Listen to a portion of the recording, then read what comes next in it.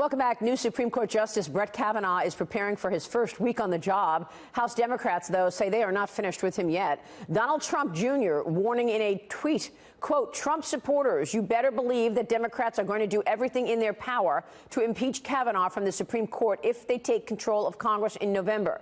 Yesterday, the top Democrat on the House Judiciary Committee vowed to investigate Kavanaugh if Democrats win control of the House. Congressman Jerry Nadler telling the New York Times, quote, this, we are going to have to do something to provide a check and balance to protect the rule of law and to protect the legitimacy of one of our most important institutions.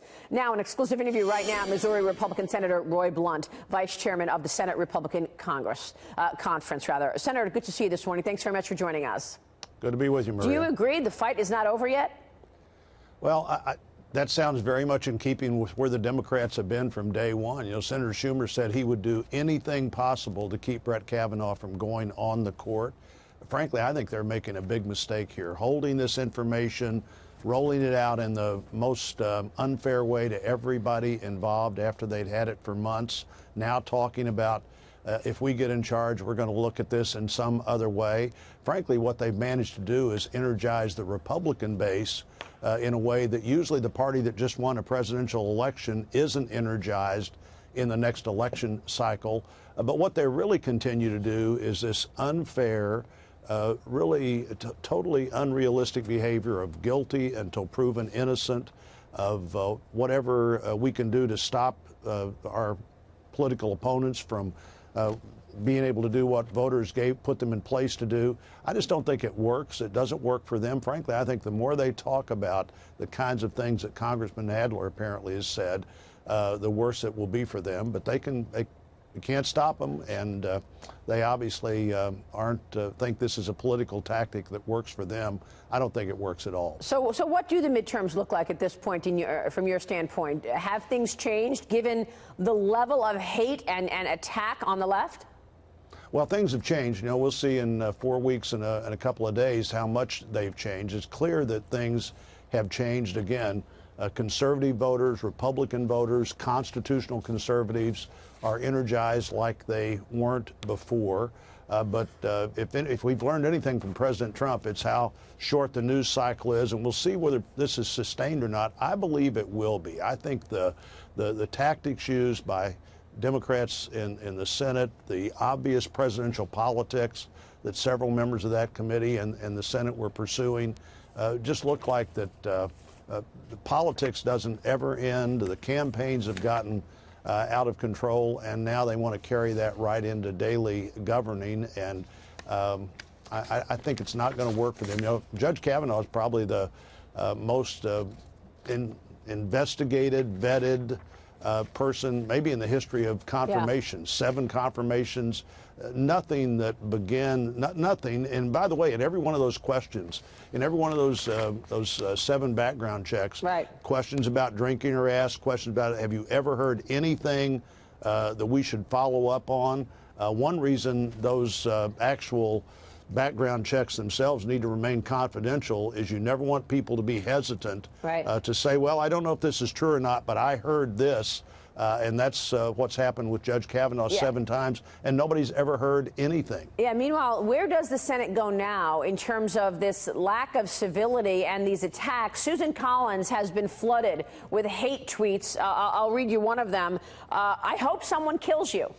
I will not mourn your death, another one says. I can't even read the rest. It's actually disgusting. Here's Chuck Grassley, who joined me last week on Mornings with Maria on Fox Business to talk about what has taken place here. Listen. I also think that the resistance that's been in existence since November 2016 is headquartered here on Capitol Hill. When you have congresswomen say that you get in the face of anybody that's in the cabinet, we have senators say get in the face. We ought to be setting an example of civility as leaders and public servants, not encouraging that incivility, that the resistance is very much their modus operandi. What does it look like to you in terms of getting things done, executing an agenda, when you've got this kind of division and hate? Well, we actually oddly have gotten a lot done in this Congress. Yes, you have. The appropriations bills at the right time, the FAA extension we just did, the opioid bill, the increase in health care funding. We're getting a lot done, but nobody's able to see that because of so much noise and so much coverage of that noise. Clearly, you know, I chaired the inauguration. I was there and in charge that day, and I said what we're really good at in this country, where we set a standard for everybody else, is the transfer of power.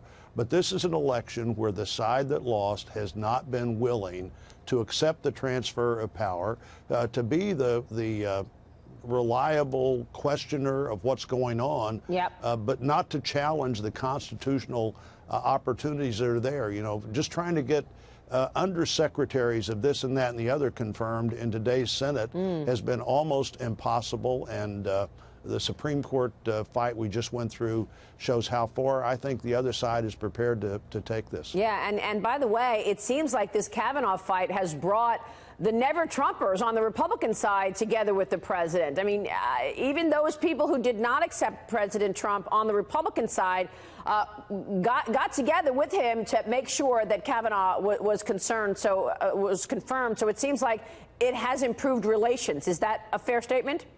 Well, I think when you see what the president gets done, as opposed to maybe the way he does it, this unbelievably strong economy, trade bills that seem to be coming together, the ability to put people on the court that will look at the Constitution and the law and see what it says. I think there is a sense among Republicans that this fight is better than your personal feelings about anybody in it. Sure. And I think there has been a consolidation, and the president himself, I think, has begun to appreciate in ways that he might not have before how important it is that you support the people that support you and work with them and give them an opportunity to get things done. Senator, good to have you on the program. Thanks very much. Good to be with you. Senator Roy Blunt joining us there.